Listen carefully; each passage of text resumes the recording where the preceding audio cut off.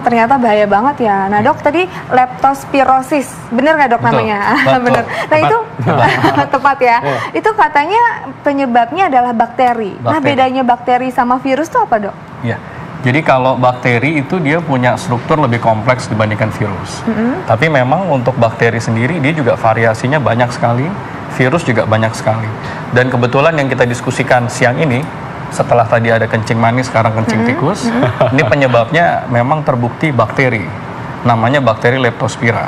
Paling sering yang didapatkan menimbulkan masalah itu Leptospira interrogans. Tapi sebenarnya Leptospira banyak sekali. Banyak sekali. Sebenarnya orang bisa terkena sakit kencing tikus atau leptospirosis tadi itu kenapa sih dok? Apakah emang lagi terkena air yang tercemar gitu dok? Atau gimana? Baik, terima kasih Mbak Intan. Jadi kenapa dibilang penyakit ini dikenalnya sebagai kencing tikus? Karena memang dia ini penyakit yang residing atau tinggal di hewan. Makanya dikenal penularannya zoonosis. Jadi artinya dia menular harus melalui hewan. Dan kemudian dia stay-nya itu di ginjal dari hewan-hewan tersebut. Makanya tadi di tayangan sebelumnya kan disampaikan bahwa ternyata tidak hanya tikus. Ada anjing, ada kuda, ada mammals yang lain. Intinya pada saat si hewan ini buang air kecil, kencing gitu ya, yang kita nggak tahu dia kencingnya di mana dan bagaimana karena nggak pernah bilang. Terus kemudian somehow itu berkontak dengan air yang juga berkontak dengan kita, akhirnya disitulah si bakteri itu bisa masuk ke dalam tubuh manusia. Berarti ini fakta atau mitos dok? Bahwa bakteri leptospirosis, bener ya dok? Bisa masuk melalui pori-pori kulit? Betul. Oh itu jadi fakta? Ini fakta. Ini fakta, terutama kalau misalnya, ya kenapa berkaitan dengan musim hujan? Karena hujan itu kan air tergenang ada di mana-mana. Dan otomatis kalau misalnya di situ banyak hewan, terutama tikus, ya tentu banyak hewan di situ, banyak tikus ya kencingnya juga pasti ada di mana-mana. Kemudian kencingnya mengkontaminasi genangan air karena hujan dan yang lain-lain itu. Kemudian kita jalan kena genangan air, kulit kita kebetulan ada yang luka, nah itu akan semakin meningkatkan risiko mudahnya bakteri masuk ke dalam tubuh kita. Kalau kulit yang intak, yang nggak luka? Ya, kalau kulit yang intak seharusnya memang Tuhan menciptakan kulit ini sebagai barrier. Jadi harusnya kalau kulitnya intak, secara teori harusnya risikonya lebih kecil.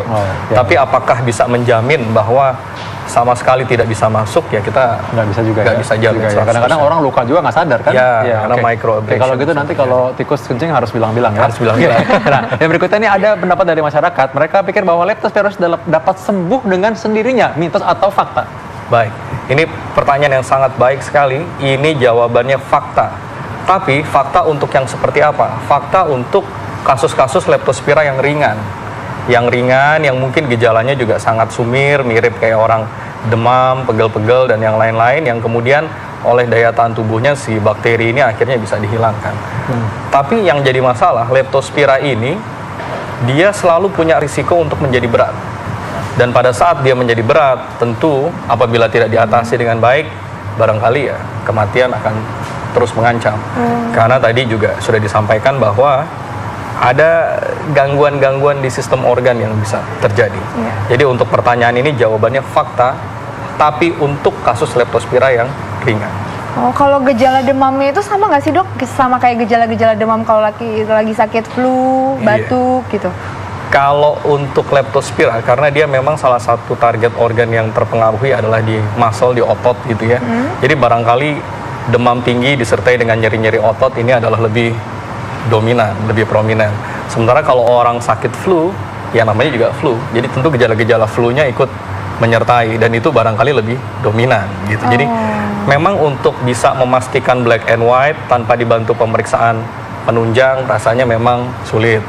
Oleh karena itu di sini pentingnya kewaspadaan dari masyarakat, terutama pada saat sekarang musimnya lagi seperti ini, demamnya juga tinggi, apalagi demamnya juga disertai dengan nyeri-nyeri otot yang hebat, apalagi kalau tiba-tiba kebetulan ini pasiennya dapat kasusnya berat sampai penurunan kesadaran, sampai kencingnya berkurang. Saya kira ini udah sudah harus segera ke Nah, rumah tadi nih sakit, ngomong soal saya kira. kencing berkurang tadi ini bahaya banget nih, karena orang-orang kadang-kadang mikir kan tadi anggap remeh ya, mungkin wah nanti mungkin flu biasa tiba-tiba Iya. kencing berkurang. Nah, mereka langsung berpendapat bahwa leptospira ini bisa menyebabkan gangguan ginjal, mitos atau fakta? Fakta, sangat-sangat fakta, karena memang apabila kita memperdalam mengenai leptospira ini, ada dua target organ yang memang sangat disukai oleh leptospira, bakteri leptospira, yaitu ginjal dan hati. Leptospira ini memiliki risiko untuk merusak saluran-saluran di ginjal, tubulus-tubulus di ginjal itu dirusak oleh bakteri ini sehingga pasien tiba-tiba mengalami kondisi gagal ginjal. Gagal ginjal yang acute tiba-tiba, sehingga yang tadinya dia baik-baik saja tiba-tiba dalam hitungan jam atau hari semuanya langsung menurun secara drastis. Dan oleh karena itu komplikasi dari masalah di ginjal ini seringkali akhirnya membuat pasien jatuh pada kondisi penurunan kesadaran, kondisi berat, dan akhirnya ya harus masuk di intensive care. Wow, nah Dok, kalau berbicara mengenai kesadaran nih, apakah penyakit leptospirosis, kayak susah banget ya nyebutnya, bisa menyebabkan kematian? Itu mitos atau fakta, Dok? Ini juga saya sudah sampaikan, ini sangat-sangat fakta. Karena memang apabila dia tidak ditangani dengan baik, kebetulan dia leptospiranya berat, kemudian dia tidak mendapatkan penanganan yang tepat, gagal organnya terus terjadi, jelas kematian mengancam. Tapi kalau misalnya dia leptospiranya ringan, ya kebetulan dapatnya yang ringan, mungkin tidak mendapatkan penanganan yang cukup, ya daya tahan tubuhnya mampu memperbaiki kondisi. Tapi untuk menjawab ini, jawabannya adalah fakta. Nah, tadi kita bicara tadi mengenai tadi kan kalau orang ini harus cepat-cepat dideteksi ya. Betul. Nah, kira-kira waktu berapa lama nih sampai masa inkubasi, mungkin sampai masa dia langsung kena nih penyakitnya nih? Baik, ini inkubasi seperti pada umumnya bakteri, ini berlangsung agak lambat, jadi bisa 2-4 minggu.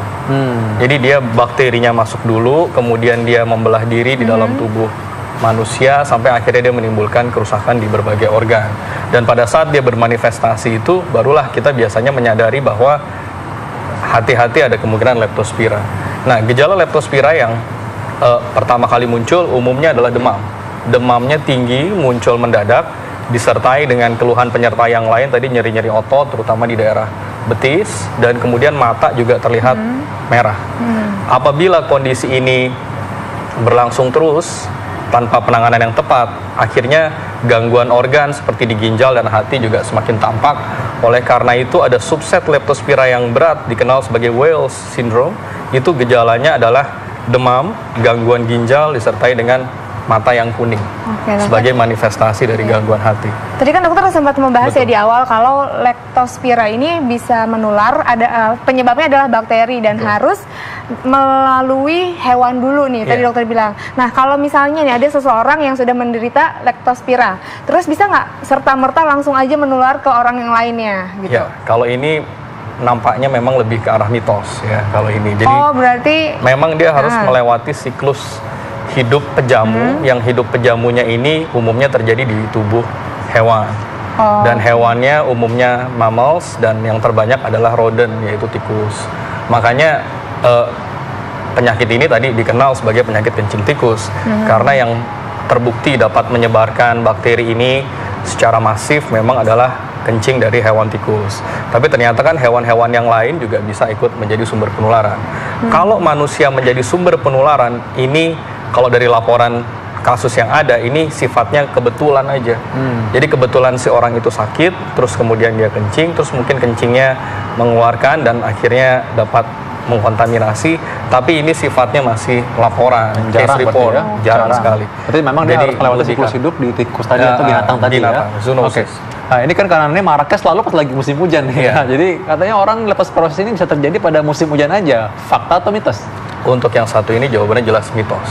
Karena ini kan hubungannya dengan hewan perantara. Yang hewan perantaranya ini kan nggak hanya ada di musim hujan. Kapanpun dia ada. Apalagi mohon maaf, ini anjing kan sudah menjadi bagian hidup beberapa masyarakat kita gitu ya. Tapi kenapa musim hujan ini menjadi lebih meningkat kasusnya? Karena dimudahkan penyebarannya. Jadi dengan adanya musim hujan kan banyak kantong-kantong air yang menggenang. Nah, kantong-kantong air yang menggenang ini yang akhirnya membuat penyebarannya ini jadi lebih epidemik, jadi lebih mudah. Karena ada tikus kencing di sini, ke bawah air, akhirnya orang-orang di daerah situ bisa kena semua. Kalau nggak musim hujan kan mungkin hanya di daerah yang kena kencing tikusnya itu aja gitu. Tapi kalau musim hujannya nggak pakai banjir sih ya harusnya nggak terlalu ada masalah juga, sama aja. Kan aku kan suka sama kucing, terus melihara kucing nih. Itu bisa nggak sih dok bawa virus leptospirosis itu? Iya, jadi ya sama ya tadi kucing, anjing ya, ini juga bisa menularkan, ini bakteri.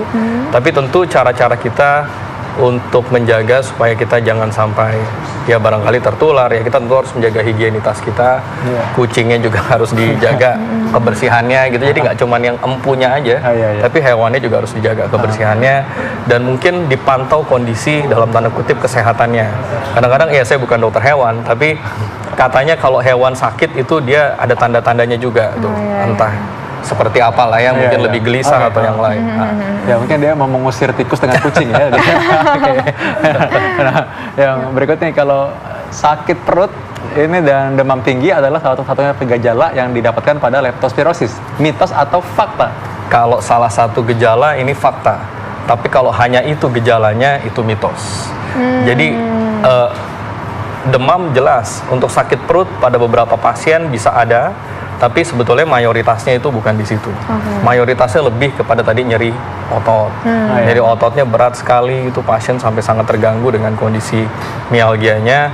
Dan kemudian yang sering kali dikeluhkan berikutnya mata merah, dan kalau sudah tambah berat tadi jadi kuning malah matanya. Nah ini tadi ya karena mirip dengan gejala lain, kadang-kadang orang mungkin kelewatan. Betul. Karena apalagi sekarang mungkin ada banyak bencana, ada beberapa relawan kita masuk ke daerah-daerah kampung-kampung mungkin, atau daerah bencana, nggak sadar kan, kena mungkin terpapar, mungkin, dan akhirnya ketika 4 minggu kemudian baru muncul gejalanya, lupa pernah sana apa enggak. Nah terus tipsnya apa dok supaya terhindar dari atau misalnya udah terkena, penanganannya seperti apa gitu dok? Baik, jadi tadi sedikit menyinggung dari Dokter Vito, kan memang salah satu faktor risikonya tadi adalah water sport ya, karena memang tadi lebih banyak di genangan air.